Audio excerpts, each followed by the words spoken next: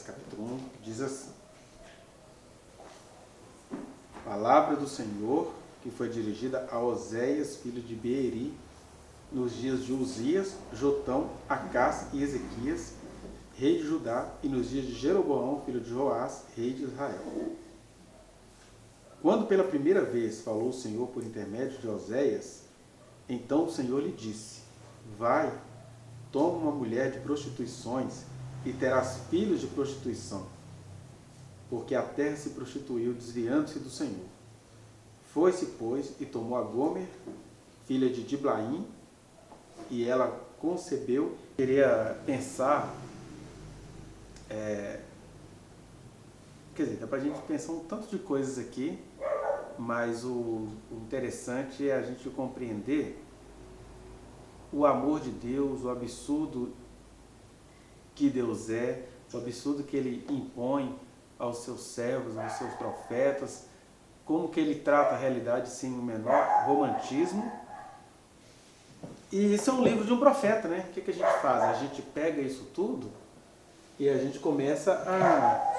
Deus é maravilhosamente escandaloso, mas a primeira coisa que me chama a atenção aqui é porque nós temos um profeta com um problema sério de relacionamento, que isso escandaliza até os teólogos, né? Os teólogos ficam assim: Deus não pode fazer isso, porque Deus não mandaria o profeta se casar com uma mulher de adultérios, porque Deus não consente com o mal. Eu nem consigo entender isso, né? Qual que era o mal de Deus mandar o cara se casar com alguém incasável, né? Se qualquer ser humano faria isso, seja por pesquisa, seja por sustento, né? Se aparecesse um milionário e falasse assim: olha, eu tenho uma missão para você, eu preciso entender um povo, e você vai se casar com a mulher, eu te garanto todos os exames médicos, você vai fazer exames periódicos. Qual que é o erro que o profeta estaria cometendo aí, né? Essa que é a primeira questão que eu não consigo entender, o escândalo dos teólogos. Mas é porque o teólogo confunde muito não pecar com ter uma moral perfeita, com colocar Deus dentro de um padrão. E o padrão de Deus é o amor, o padrão de Deus é o absurdo do amor que Ele é. Esse amor que fala assim: olha, você é profeta, você não é adúltero, você tem um coração puro. E eu vou pegar toda essa pureza para poder retratar todo o amor que eu tenho pela humanidade. Porque qual é o meu amor pela humanidade? Eu decidi amar pessoas irremediáveis, eu decidi amar pessoas irreconciliáveis, eu decidi amar pessoas que elas não querem essa chance, mas eu as amo. Aí Deus separou um homem para vivenciar isso. E ao mesmo tempo que você tem aí uma questão que é a missão dele, é ser casado com uma mulher dada a prostituições, você também tem o ministério dele, que é dizer assim: olha, assim é Deus com a humanidade. Então eu não entendo por que o pessoal fica escandalizado com isso, né? Deus não vai ficar se limitando a essas questões moralísticas. O profeta Oséias foi um dos primeiros, talvez ele venha depois de Joel, mas eu sei que ele profetizou no século 8 a.C., né, ano 700 e alguma coisa. E aí você ainda tinha a profecia de Joel, depois vem Oséias, e aqueles profetas que escreveram pouco, mas tiveram uma vida intensa, tiveram um ministério intenso, que foi o caso do profeta, porque você vai vendo que ele teve filhos nesse ministério, ele teve idas e vindas. E aí, uma coisa que chama atenção é que o ministério do profeta Oséias vai mexer com as nossas convicções, por exemplo, sobre o casamento, né? Quando você vai vendo a história do povo de Deus, você vai vendo que Deus não faz essa festa toda com o casamento. Os seres humanos valorizam muito o casamento, valorizam muito aquilo que eles não conseguem viver, porque o melhor casal que possa existir entre nós, ele está no casamento do ponto de vista que o Freud deu, né? O que o Freud vai falar sobre o amor? O Freud diz que o amor é uma projeção ou um fantasma da infância recalcada, por isso que as pessoas morrem de medo de perder umas às outras, elas querem controlar umas às outras, elas amam tanto quanto odeiam, elas amam e querem matar, elas amam e querem dominar. Então, o casal mais feliz está nesse conchavo. Ou talvez o casal mais feliz é tão feliz quanto alienado, é feliz entre os dois porque não tem nenhuma solidariedade social nesse sentido. Então o casamento é tão bom que o casal só vive aquilo ali. Não existe absolutamente nada para eles viverem. Porque o casamento é o tempo todo essa repetição dos nossos fantasmas infantis, né? Alguma projeção da gente sobre a figura materna, sobre a figura paterna, sobre alguém que exerceu essa figura, sobre um irmão, sobre uma irmã, alguma coisa assim. E a gente leva isso para uma coisa que é, ao mesmo tempo, por isso que ela é um mistério, né? Porque ao mesmo tempo ela é algo jurídico e social, e ela é a completa frustração do psíquico. Porque o que seria um ser humano? O ser humano não é mamífero? Mamíferos querem casar? Não, mamíferos querem reproduzir. Mamíferos querem entrar no cio e escolher qual vai ser o melhor copulador para aquela ninhada e querem se reproduzir. Não tem ética, não tem fidelidade, não tem nada disso. Né? Disse por aí os entendidos do assunto que casal de pombos são fiéis, mas é uma fidelidade a cada prole. Né? Então, o casamento no mundo caído é esse paraíso perdido, né? Que o mais perfeito casamento vai encontrar suas mágoas, seus ódios, você vai ter que ter arte para não se deixar apodrecer por causa disso. Por isso que você não vai vendo a Bíblia fazendo romantismo em relação a casamento, e que eu acho trágico as pessoas ficarem procurando um casamento modelo, porque não existe casamento modelo, só existem os casamentos, que cada um vai se constituindo como pode. Você não vai vendo Deus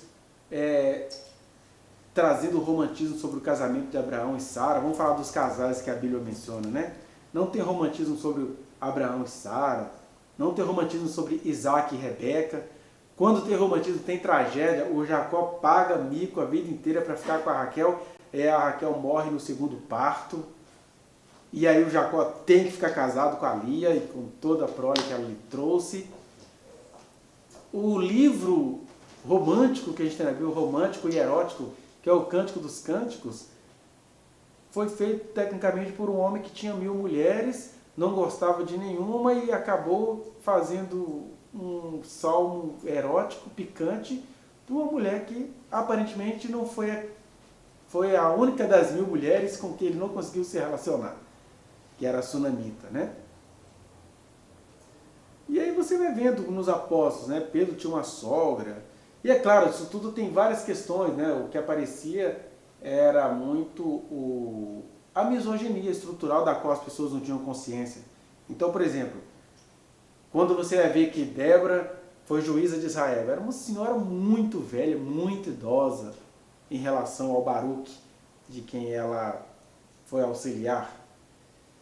Você vai ver as mulheres vivendo como podem. Então, você vai ter, por exemplo, a Ruth que topa se casar com um velho porque ela precisava sobreviver naquela cultura.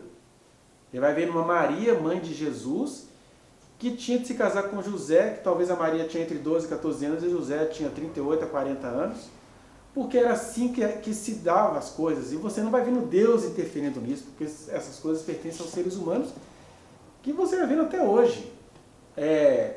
Por mais que se tente lidar com o sofrimento das mulheres, as próprias mulheres vomitam seus ódios ao próprio gênero, né? A gente está vendo aí o caso do jogador, onde você vai ouvindo comentários absurdos de mulheres. Como diz os catarinenses, comentários absurdos de mulheres. Falando que a mulher quer aparecer, engraçado, é um caso que a mulher não está aparecendo, que ela não quer o dinheiro, e mesmo assim as pessoas estão morrendo de dó do jogador. Porque essa é a humanidade caída, essa é a maldição por excelência, a qual as pessoas são apegadas, e isso dá conforto para uma parte, isso dá conforto para homens, na pior das hipóteses. Mas você vai vendo que a Bíblia não faz romantismo acerca disso. E aí, no meio desse contexto todo, onde a Bíblia não faz romantismo, por que a Bíblia não faz romantismo? É bom a gente parar aqui um pouquinho. Porque no mundo caído, num mundo onde homens e mulheres se apegam à maldição, o que é maldição? É a mesma pessoa que exige fidelidade da outra, achar que a outra é fiel porque ela é idiota. É muito comum você ver isso em consultório. A pessoa tem absoluta certeza da fidelidade do companheiro, que ele é um bocó, Aí a pessoa, ela não vê que ela está contando que ela tem um alívio de que o Bocó nunca vai traí-la porque ele é um idiota, né? Até a própria palavra que dá origem ao nome, ao dom do Espírito Santo chamado longanimidade, vem de um termo bem arcaico que tem a ver com o cara que é bocó. Ele não é apenas longânimo, ele é lerdo, ele é um queijudo, porque além dele ter um queixão assim, ele ia ser solteiro, casou por sorte, não presta para nada. Ele também nem exerce a sexualidade. Aí no Nordeste deram o nome para um cara desse de queijudo, né? Porque o leitinho que o Nicolas toma sobe para o cérebro e aí o cara fica meio idiota. Aí por isso ele é fiel. Até a palavra eunuco, né? Que é o cara longânimo, que é o cara respeitoso, é um cara de confiança, porque o cara de confiança é o cara que não exerce a sexualidade dele, porque sexualidade tem a ver com safadeza, né? Às vezes quando as minhas falam, professor, fiquei com fulano ontem e a gente acabou fazendo safadeza. Peraí, você tem quantos anos? 19. É o cara que você ama? Sim, mas aprenderam que sentir atração por alguém é fazer safadeza. Então, a não safadeza é o sintoma da santidade. E o homem fiel é o idiota. Mas aí, se esse homem fiel um dia trai, ele vai ser o Satanás na mesma hora. Ou seja, não tem reconciliação do ser humano consigo mesmo, com as suas fantasias na infância, com o relacionamento. Aí o que Deus faz? Ele não romantiza e nem banaliza. As regras do casamento dos tempos de Abraão eram essas? Essas são as regras. Veio o Deuteronômio e a mulher vai ter que provar agora, tem as provas da virgindade, tem as provas da fidelidade, porque é assim que vocês tratam as coisas? As coisas serão tratadas assim porque vocês querem assim. Nos dias de Jesus, o noivado era aquele casamento que você tinha que esperar 1 ano para poder ter relações. Aí nesse período que Jesus nasce. Essas foram as regras que vocês colocaram? Assim é que é. E no século XXI, as mulheres têm direito até de não gostar? Tem, mesmo elas achando que não gostar é um crime. Então Deus não vai ficar estabelecendo o que a gente quer que seja estabelecido. A pergunta é, qual é a de vocês? Então a primeira coisa é isso. Deus trata o casamento conforme os tempos e as épocas vão definindo. E de outro lado, o que Deus olha em cada casamento? E é isso que a gente vai vendo, inclusive, na situação de Osés e da esposa dele. Então, o que Deus está olhando é o seguinte. O próprio casamento do profeta Osés vai mostrando o seguinte, que para Deus o que vale não são essas questões psicológicas íntimas. Se eu gosto, se eu não gosto, se eu valorizo ou não. Porque essas questões elas são tão íntimas quanto determinadas socialmente. Né? O ser humano ele é mesquinho, né? A gente vê isso na psicologia do ser humano. Às vezes o ser humano não consegue amar um filho que foi gerado dele, mas ele descobre, quando eu adotei eu descobri o que é ser pai. Isso é bonito para a sociedade ver isso. Mas isso é estranho se você vai olhar isso de dentro para fora. Poxa, o cara não consegue amar quem saiu dele, mas o cara agora que adotou um filho, ele descobriu o amor paterno. Quer dizer, eu tenho que amar aquilo que não saiu de mim. E a gente faz isso no casamento, a gente faz isso na fraternidade, a gente faz isso. Jesus, como ser humano, reclamou disso, né? Se outro viesse em meu nome, vocês o receberiam, mas aqui sou eu mesmo, vocês querem me matar. Paulo falava isso, né? Se fosse outro falando, como se fosse eu, vocês iriam me ouvir, mas sou eu aqui, eu sou um vaso de barro, fruto de desonra, mas eu estou fazendo o meu papel. Então, a gente esquece que para Deus essas coisas todas, a gente precisa lidar com elas, com cada um, sendo um ser humano responsável, tentando crescer na graça e no conhecimento do Senhor, mas para Deus o que vale é, qual é o objetivo que une um casal?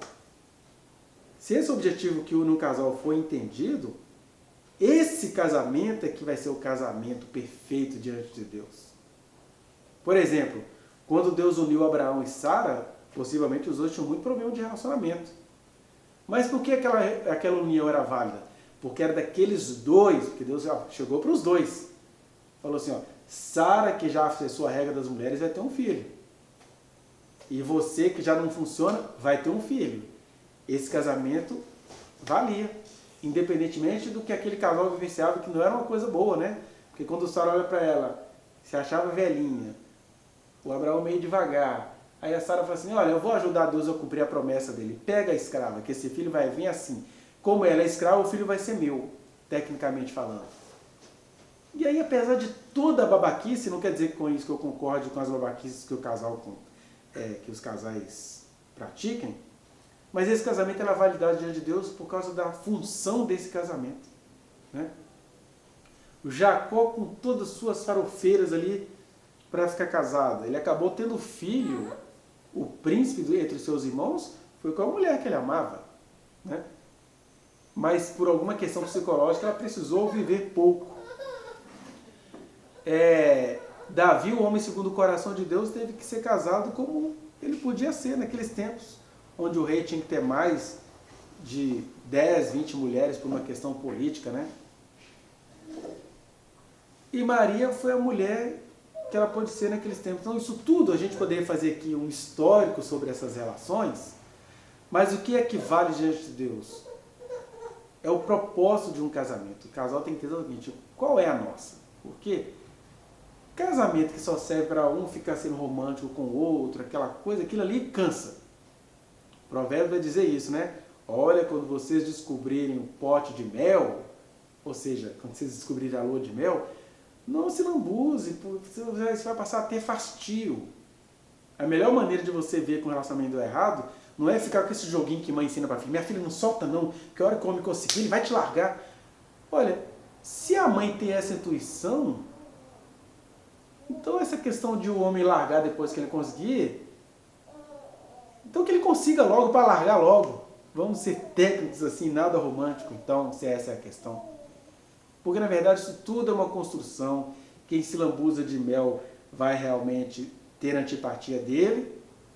E eu vejo que Deus não é moralista em relação a isso. Quando a Bíblia fala muito em relação às relações contra o propósito divino, ela está falando da promiscuidade. Mas cada relacionamento é um relacionamento. Isso não quer dizer que eu sou a favor de pecado. Isso apenas quer dizer que o que Deus está olhando não é se o relacionamento é perfeito, se ele é imperfeito, se ele é uma relação adoecida.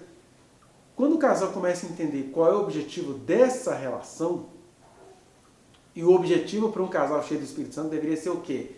É a luz do Evangelho que está iluminando essa relação? É essa luz? Aí você começa a negociar com essas questões, como Abraão teve que fazer e Sara, né? Como Davi e suas mulheres tiveram de fazer. Olha que interessante.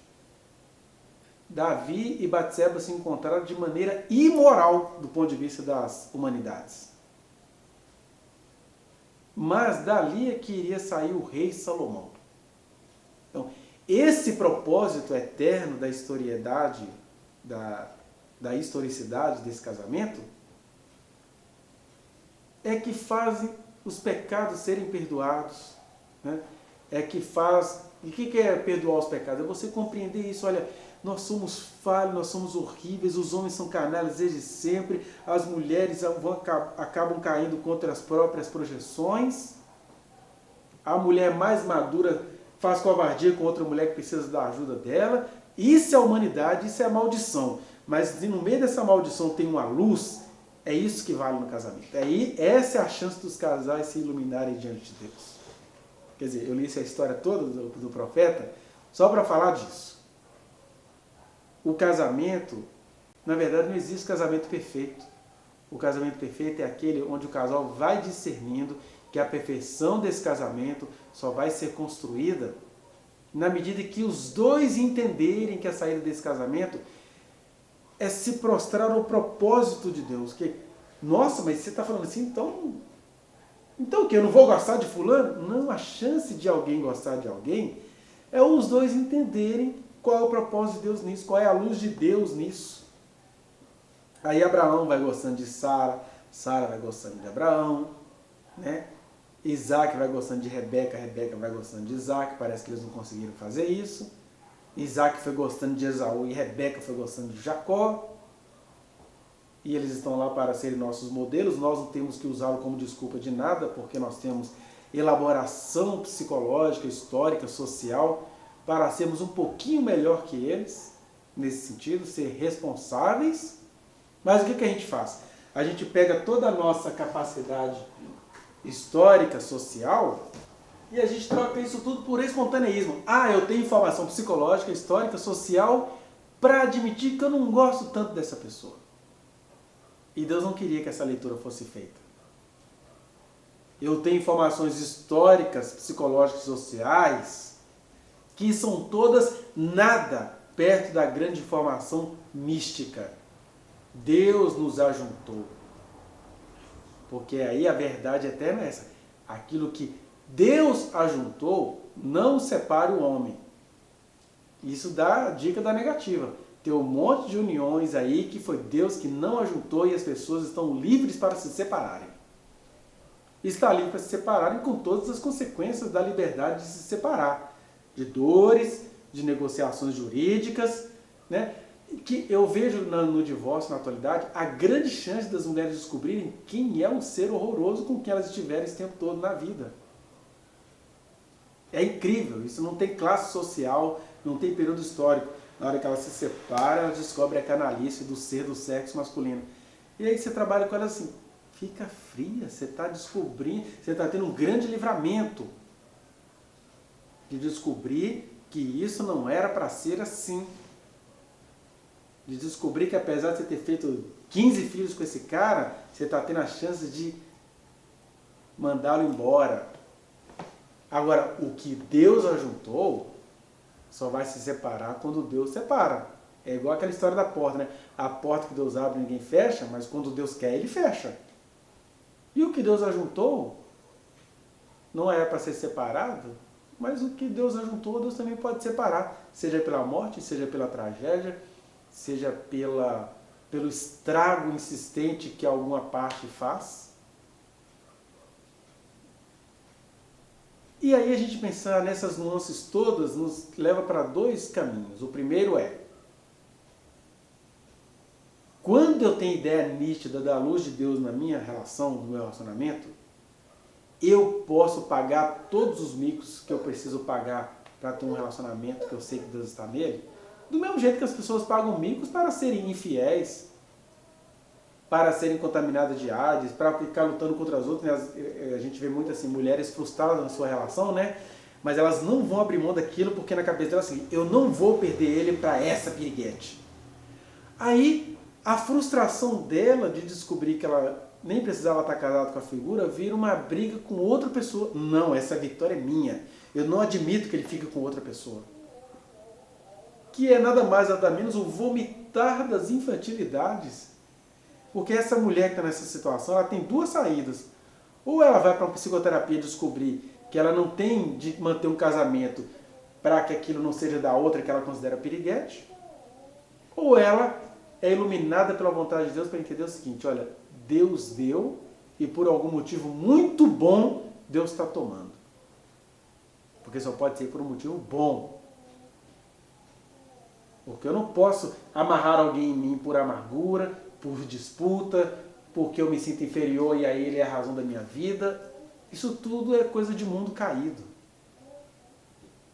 O casamento em Cristo, quando eu falo casamento em Cristo, não estou falando de casamento perfeito, estou falando de casamento real, com todas as frustrações de uma realidade que se resolvem nele, que se resolvem com a presença dele, que se resolvem quando o casal fala assim, eu estou vivendo um completo absurdo, mas eu sei que isso tudo aconteceu nele. Ele é a nossa esperança.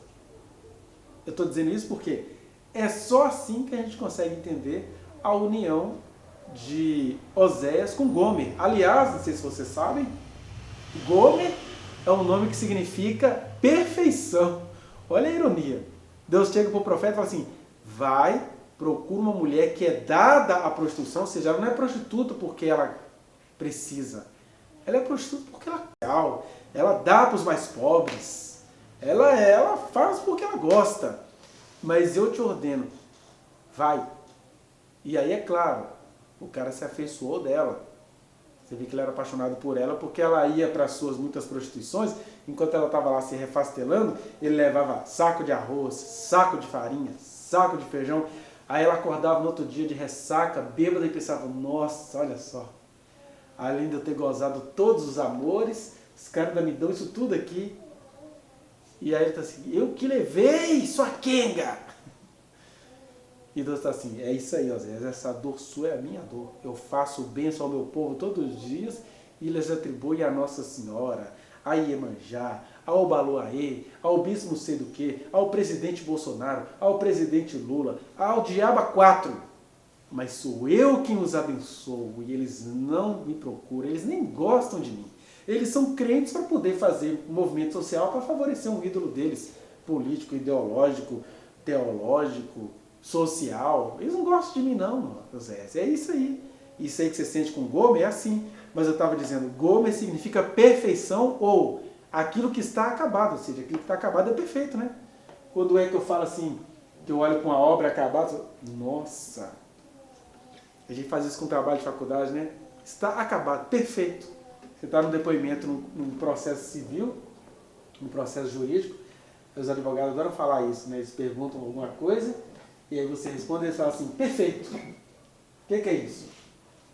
Finalidade alcançada. Essa era Gomer, perfeita. A perfeição. É como se Deus tivesse olhado do céu e falado assim, achei a pessoa perfeita para eu compartilhar a minha dor com o meu profeta. É claro, isso é uma experiência única, exclusiva de Deus com o profeta Oséias. Isso não é licença para ninguém pecar, isso não é licença para ninguém saber escolher, mas também é uma verdade que, no final das contas, ninguém sabe escolher. Todo mundo se frustra de ter escolhido alguém. Você pode estar no 10º casamento, você pode ser casado com 1000 mulheres, como o rei Salomão pôde nos tempos dele, ou pode estar no 15º casamento, porque você é uma pessoa muito prática, não vai ficar sofrendo em relações, e quando você vai ver, você já está no 15º casamento, como algumas figuras famosas aqui no Brasil. Não adianta. A gente precisa aprender qual é a mensagem. A mensagem é a gente nunca jogar para fora aquilo que a gente precisa aprender. E o que a gente precisa aprender é que perfeito não é a sua escolha, as nossas escolhas não são perfeitas. Perfeito é você conseguir discernir que por mais absurda que seja a sua realidade, você a está vivenciando em Deus. No caso do profeta, ele recebeu a voz de Deus. Ele fez aquilo que Deus revelou a ele. E ele ainda teve que discernir o que é Deus e o que é loucura, o que é Deus e o que é paixão, ou o que é Deus em meio a uma paixonite aguda. Né? Na maioria dos casos eu diria, tem muita mulher vivendo com monstros aí que Deus não arrumou isso para elas não. Só o que elas fazem? Elas pegam a palavra de Deus, zombam do Oséias, Oséias, Oxaia, significa salvação, aí a salvação casou com a perfeição. Que na prática era um perdido casando com a perdida. Ele está assim, onde é que eu estava que eu fui me apaixonar por isso? E aí Deus fica assim, calma, Oséias. Você é conhecido como chifrudo, mas esse aí sou eu. Fique em paz. Foi precisamente para isso que eu te fiz. E as dores você vai percebendo. Ele vai ter um filho, o primeiro é Jezreel, ou seja, toda vez que eu olhar para essa criança, eu vou me lembrar que no lugar onde Jeú praticou as suas abominações, Deus vai trazer a sua punição. Jeú matou, né, toda a casa de Acabe, aquela coisa toda em Jezreel. E aí, aquela missão divina se transformou em derramamento de sangue injusto. E Deus cobrou isso do Jeú. Então, Deus estava dizendo, Jeú vai ter muito sangue derramado também. Ele gostou de derramar. Ele fez a minha obra, mas ele gostou do mal para o qual aquela minha obra poderia fazer. Porque essa é uma grande diferença entre Davi e Jeú, né? Davi, ele derramou muito sangue porque ele tinha de derramar sangue, ele não tinha prazer nisso não. É só você ler o Salmo de Davi que fala assim, o cara que derramava sangue é totalmente diferente do cara que fazia os salmos. Ele não queria viver aqui. O Jeú foi chamado por Deus para acabar com a casa de Acabe, mas ele gostou muito de derramar aquele sangue. Foi Jeú, na questão do derramamento de sangue, e o Jeroboão, que foi chamado por Deus e instituiu uma verdadeira prostituição em Israel. Olha, Deus me deu uma autoridade, então Deus fica aí que a autoridade sou eu faço o que eu quiser aqui agora. Aí ele mudou o local de culto, mudou os costumes, mudou, fez a loucura. E aí era isso tudo que significava Jezreel. Depois, a outra filha, que podia ou não podia ser filha do Oséias, porque né, ela dava para todo mundo, inclusive para o Oséias, aí coloca o nome dela de desfavorecida, ou seja, ela não tem favor nenhum, que isso não é filha minha. E aí vem uma terceira criança, é não meu povo. É até filho meu, mas não saiu de mim. Olha que loucura isso, né? Mas eu quero me concentrar aqui na experiência pessoal do profeta, que ela dialoga com alguma experiência pessoal que a gente venha a ter. E as experiências pessoais que a gente possa vir a ter, é que, para Deus, a princípio, ou no começo, ou em princípio, na verdade, a questão dele não é se o seu casamento é feliz, é se o seu casamento existe nele, se o seu casamento existe com os dois buscando a ele. Porque foi assim no princípio. Deus criou o homem e a mulher e os dois estavam diante dele. E aqui eu estou falando de um ideal divino. Né? Nos ideais cotidianos, das muitas relações e da diversidade afetiva, até nisso o casal tem que ver, olha, a gente vai existir nele, porque aí nele você vai ter que abrir mão da sua ideologia, das suas questões de gênero, das suas questões históricas, geográficas, das suas questões jurídicas, e vai existir nele. É uma responsabilidade terrível, porque é você fazer isso com você diante dele, sem fazer disso uma luta de contenda em relação aos outros. Eu acho que essa deveria ser a proposição cristã sobre a sexualidade. Eu não tenho que fazer movimento cristão contra as homoafetividades. Eu tenho que fazer o meu movimento em Cristo em relação à minha vida, à minha relação diante dele. Quando o heterossexual fizer isso, quando o homoafetivo fizer isso, quando o não binário fizer isso, todo mundo vai se encontrar com ele. Não tem questão política que resolva isso. E todo mundo tem que ter maturidade para entender que política é polis, é a vida da cidade, cada um vivendo como pode, cada um crendo em quem consegue crer. Porque aqui agora eu também chego na Gomer. Porque a gente fica muito parado nessa questão da tragédia do Oséias e a gente esquece de Gomer. Porque quando Deus chega para Oséias e fala assim, eu arrumei um casamento para você, Oséias. O casamento que eu arrumei para você, o nome dela é perfeição. Só que tem uma questão. Ela é perfeitamente dada às prostituições. E ela nem pensa em parar com isso. E você vai ter filhos com ela. Ou você vai receber os filhos dela. O que significa isso? Vocês conseguem pensar no que isso significa? Responda para você mesmo. Isso é a escandalosa, intragável, incompreensível, absurda e às vezes até nauseante graça de Deus. Porque a graça de Deus aqui, vamos antropomorfizar, a graça de Deus aqui não tem saída, porque o Deus que tem a graça de escolher um profeta para uma missão tão horrorosa para a moral humana, também está contando para esse profeta que essa mulher, que não ia deixar de ser quem ela é graça de Deus sobre a vida dele. E que Deus é graça nela. É aí que vem aquelas frases de Paulo que falam, cada um será julgado conforme a luz que recebeu. Né? E que Deus é Deus. Deus é que sabia o que fazer com as prostituições da Gomer, a perfeita. Agora, claro que o caminho de Deus é perfeito. A palavra do Senhor é poder. E a gente fica só com o meio desse caminho. O meio desse caminho, né? A gente gosta de cantar a musiquinha do tapeceiro, né? Que minha vida é obra de tapeçaria, tecida de cores alegres e frias e vivas, que fazem contraste no meio das cores nubladas e tristes. Mas quando se vê pelo lado certo, muda-se logo a expressão do rosto, porque é obra de arte do tapeceiro, do fabricante de tapete. Mas se você vê o trabalho do tapeceiro, você fica assim, ai, cheiro de cola, que lugar bagunçado. Quer dizer, o tapeceiro tem que fazer bagunça para trabalhar. E aí os teólogos não deixam o tapeceiro ser tapeceiro. A mãe não deixa o tapeceiro ser tapeceiro. Né? O pai não deixa o tapeceiro ser tapeceiro, porque ele é líder demais para suportar as ações do bagunceiro, do tapeceiro. E aí Deus faz isso. Olha que casamento perfeito.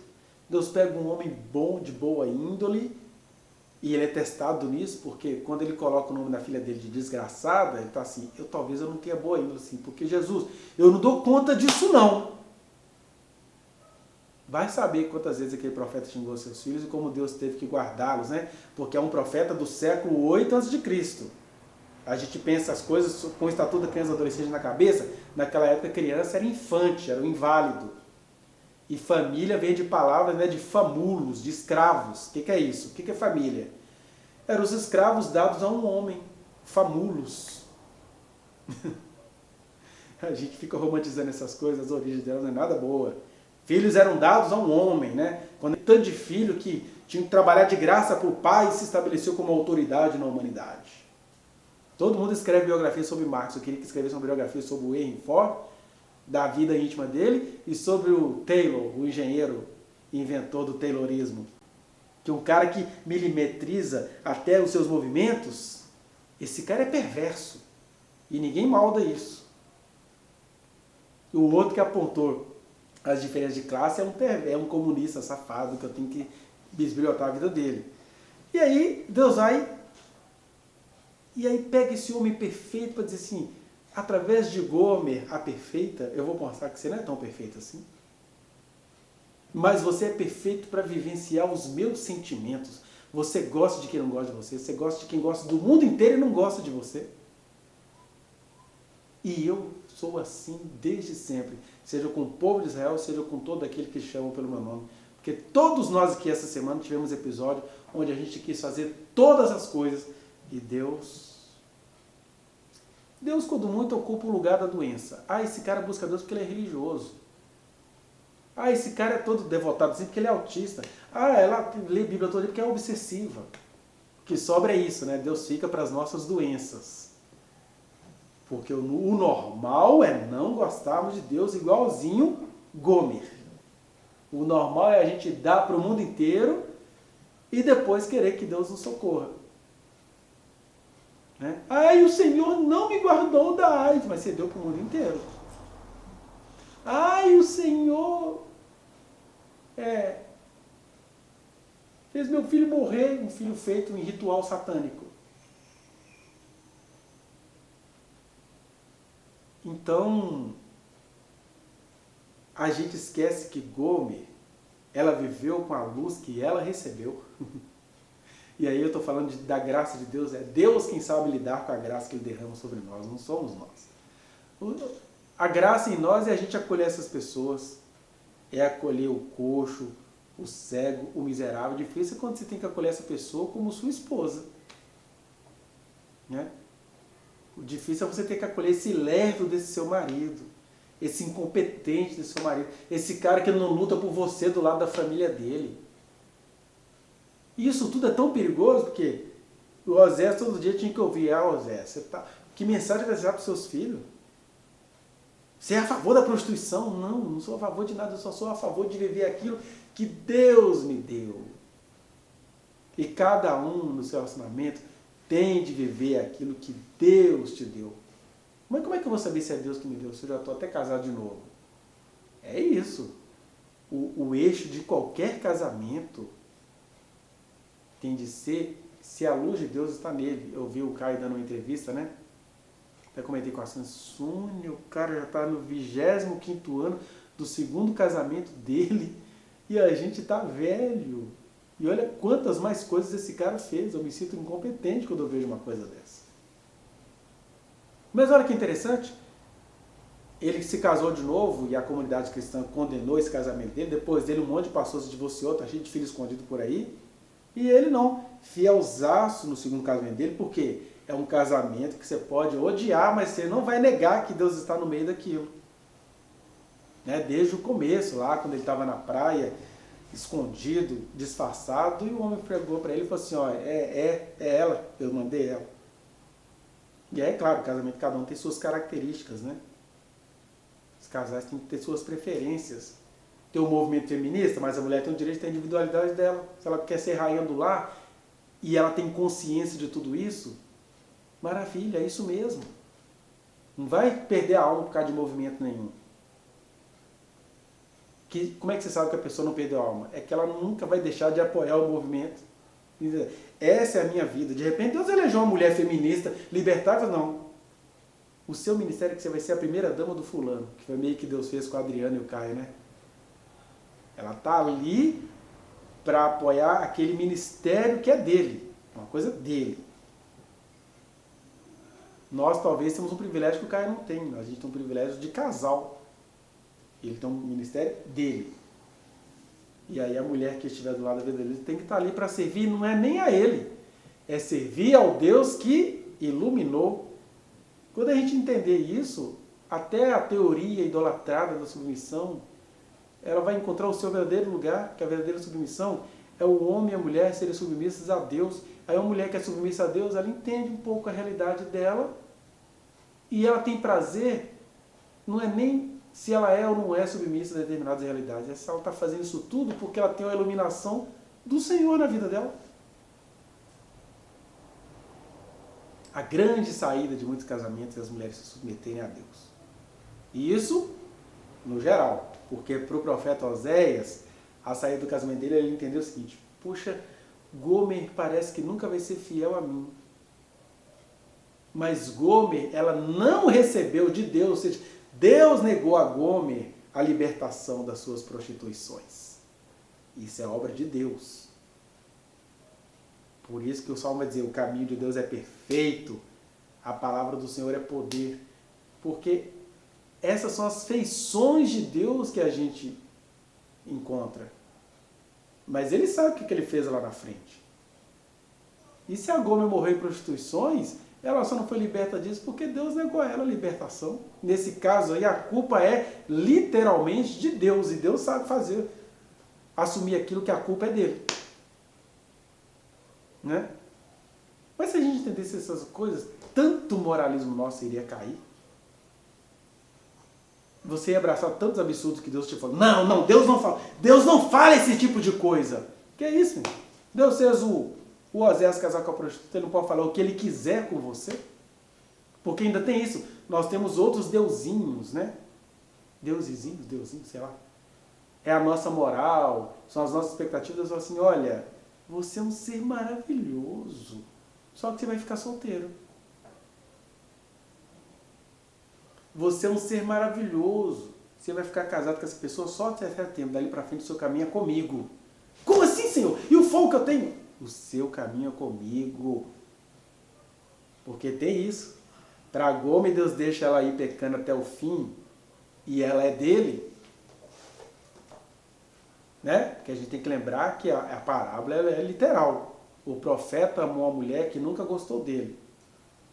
Mas para o profeta viver isso, Deus teve que vedar uma mulher de amar, seja o profeta, seja a Deus. Ou às vezes era uma mulher cheia de conflitos. Eu sou uma mulher perdida, velho. Eu sou perdida. Já encontrei com muitas pessoas assim, né? Eu sou perdida. Eu não sei dormir sem ninguém. Eu sei que eu estou errado, mas também não sei deixar de ser assim. Ela tinha alguma consciência da perdição dela, e é essa consciência que vai valer no dia do juízo. Ou que já até valeu, né? Que os seus juízos são misteriosos. Mas o que eu estou dizendo? Que a gente precisa abraçar, no fundo, no final das contas, e aqui a gente está num culto ao Senhor. Eu não tenho outra coisa a falar aqui que não seja glorificar o nome do Pai. Eu não estou aqui para dar palestra sobre casamento, sobre relacionamento. Isso eu lido com cada caso que chega no meu consultório, porque nem no dia a dia eu sou um ser humano que consiga lidar com essas questões. Não sou o homem do bar que deixa todo mundo apaixonado com uma música que eu venho a tocar. Mas lá no meu consultório, com quem me procura, a gente vai mostrando as possibilidades que cada um vai trazendo, né? Isso é psicologia. Agora, aqui não, aqui a gente está falando do reino eterno, da vontade eterna de Deus, da vontade inexplicável, maravilhosa e por isso também muitas vezes escandalosa de Deus eleger um profeta para falar assim, cara, você vai ser a alegria dessa mulher. Porque talvez se você saísse da vida dela, ela até já estaria morta. Mas eu preciso salvá-la com o seu amor. Tudo é absurdo demais para a gente entender. Por isso que o grande apelo de Jesus, que a gente leva tudo com o ritual de pedir perdão, o grande apelo de Jesus sabe qual que é a vida de um cristão? É perdoar. Sabe por quê, Oséias? Você xingou sua filhinha de desgraçada, você botou esse nome nela. Tem uma mensagem aí, mas tem uma coisa aí que é sua. Você botou o nome do seu filho de não meu povo. Você nem entendeu a individualidade dessa criança que não pediu para nascer. É vontade minha? É, mas tem um negocinho seu aí também. Então, se eu te amei assim, com essa sua imperfeição, na hora que você foi encostado na parede, ame a prostituta, sou. É para ter o mesmo sentimento que houve em Cristo Jesus? Ame quem você acha que nunca vai recuperar, porque o amor de Deus te inundou. Até isso que eu estou falando é perigoso, porque algumas pessoas mais psicóticas vão falar assim, pronto, agora eu vou ter que ser Deus, né? Eu vou ter que amar igual a Deus. Isso é uma construção, isso é resultado de comunhão com Deus, isso é resultado das bem-aventuranças. É resultado de você entender o seguinte, olha, eu estou fazendo parte de um projeto divino. Por mais absurdo que seja, é um projeto de Deus. Não é um projeto das minhas intelectualidades. Deus disse isso para Jó, né? Já viu o jumento selvagem? Ele faz, acontece, então só tem uma coisa, Jó. Eu lhe neguei entendimento. Então o jegue já está perdoado. Tem gente que nunca vai entender nada do que você vai falar, porque eu lhe neguei entendimento. Mas é para você falar. Que o entendimento desse aí vai vir quando você falar 1.500 vezes. E você não quer falar nem a terceira vez porque você já entendeu que a pessoa é burra, mas fui eu que lhe neguei entendimento e mandei você falar. E aí Deus não fica contando pra gente essas coisas não, a gente vai vendo isso depois, né? A posteriori. Você aprende isso depois que você lê o livro de Jó, você aprende isso depois que você lê o livro de Oséias. E qual é o convite pra gente aqui nessa noite? É que ao abordar esse tema que é tão precioso para nós, as pessoas colocam isso, né? Meu Deus, acabou um casamento. São as nossas infantilidades disfarçadas de adulteza. Na verdade, para Deus tudo é simples. É simples. Bastava vocês confiarem no Senhor. Que essas coisas elas vão continuar doendo? Vão. Oséias não se desumanizou não, ele sentia dores, sentia raiva, sentia ódio, mas tudo isso caía no colchão da vontade divina. É um desespero assim, que faz você dar um salto achando que você vai espatifar, mas quando você cai, é no colchão da vontade eterna de Deus. E que tem coisas que a gente nunca vai entender, porque o Oséias nem imaginava que uma mensagem poderia estar sendo pregada em relação à história dele. Então ele viveu como pôde, e Deus ali vestindo as roupas daquela cultura, né? De um marido que ferido maltratava os filhos. Mas isso era lá naquela cultura. O marido hoje lendo isso, tem que fazer a leitura do Espírito que o habita. Então que o Senhor nos abençoe, que Ele seja a nossa grande paixão e que por Ele a gente encare, por Ele a gente não negue fogo, o fogo da graça dEle, o fogo de confiar nele, o fogo de falar assim, Senhor, eu estou todo estraçalhado, está doendo, eu tenho orado constantemente assim, né, esses dias.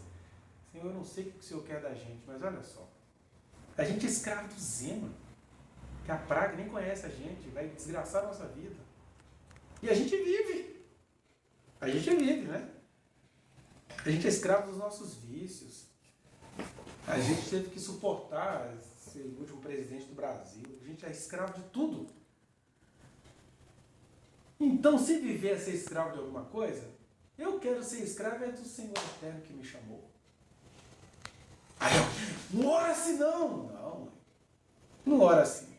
Enquanto eu não oro assim, as pessoas vivem assim, sendo escravos de tudo quanto é porcaria. Aí você tem um filho em casa todo carente, inseguro, não consegue trabalhar. Mas o cara foi descobrir a droga lá nos lugares onde não bate o sol do diabo. E aí foi portentoso para se acabar ali. Como é que eu não quero ser isso para o Senhor que se revelou a mim? Já que viver é sofrer, como disse Siddhartha Gautama, Buda, então que eu sofra no Senhor. Né? Não estou pedindo nenhuma maldição, não. Estou dizendo que viver é sofrer. Se eu não sofrer pelo Senhor, eu vou sofrer por qualquer porcariazinha que não é o Senhor. E sofrer no Senhor é ser processado, é receber o crisol, né, que vai te depurando de todos os seus penduricalhos, que vai mostrando que você se seja traído, mas chama sua filha de desgraçada. Então é isso. É o nosso caminho sem saída da liberdade de nos sabermos quem somos nele. E essa é a nossa vida, essa é a graça que o Senhor nos deu, essa é a nossa sabedoria de descobrir o quão insensato nós somos e que a nossa saída é colocarmos isso tudo nele. Daí a nossa comunhão com Deus ter de ser o tempo inteiro essa analogia do altar. As nossas mais sérias fantasias do inconsciente, que tem a ver com os nossos mais terríveis ódios, os nossos mais terríveis medos, né? A gente odeia tanto aquilo que a gente tem mais medo de perder e a gente quer jogar fora aquilo que a gente também tem mais medo de perder. E a gente maltrata tanto aquilo que a gente acha que mais ama. E isso tudo tem de ser tratado nos seus devidos lugares? Tem. Só que isso tudo, no caso aqui de uma reunião da Eclésia de Jesus, do Reino de Deus, sem perder de vista as outras coisas que cada um precisa fazer, isso tudo tem a resposta ontológica, a resposta arquetípica, a resposta eterna. Quem é Deus no meio desse conflito seu? Né? Dessa sua relação íntima. Dessa pessoa que você considera a pior pessoa do mundo, quando você achou que ela era a melhor pessoa do mundo. Que possivelmente a Gomer... O Osés era um cara romântico, né? Eu me identifico um pouquinho assim com ele. E ele deve ter caído nas graças. A Gomer caiu nas graças dele, né? Mas que é ele que se agradou da Gomer? Nossa, que mulher perfeita! Faz jus ao nome. Ela é perfeita. Ela é maravilhosa. Aí, um tempinho depois que ele foi descobrir que ela era dada às prostituições. Aí ele tá assim, deixa eu vazar. Aí Deus falou, opa, vai, pega essa mulher, dada às prostituições e case-se com ela. Porque você só seguiu a minha dica, a minha vontade. Mas olha que interessante. A prostituta era ela. Não era prostituta, ela era adúltera, né? E eu acho interessante porque tem um caso famoso, acho que aqui em Minas Gerais, de um homem, um pastor, que andou pegando a mulher dos outros. E aí, no capítulo 3, diz assim o texto, disse-lhe o Senhor, vai outra vez, porque o Osés não deu conta do recado, ele correu dessa mulher, né? Aí Deus aparece para ele e fala assim, vai de novo, ama uma mulher amada de seu marido e adúltera. Como é que o pastor lia? Vai outra vez, ama uma mulher amada de seu marido e adultera. Não. A adúltera era só a Gomer, a perfeita. Deus está dizendo o seguinte, olha, ela é amada por você, mas ela é adúltera. É igualzinho o ser humano comigo.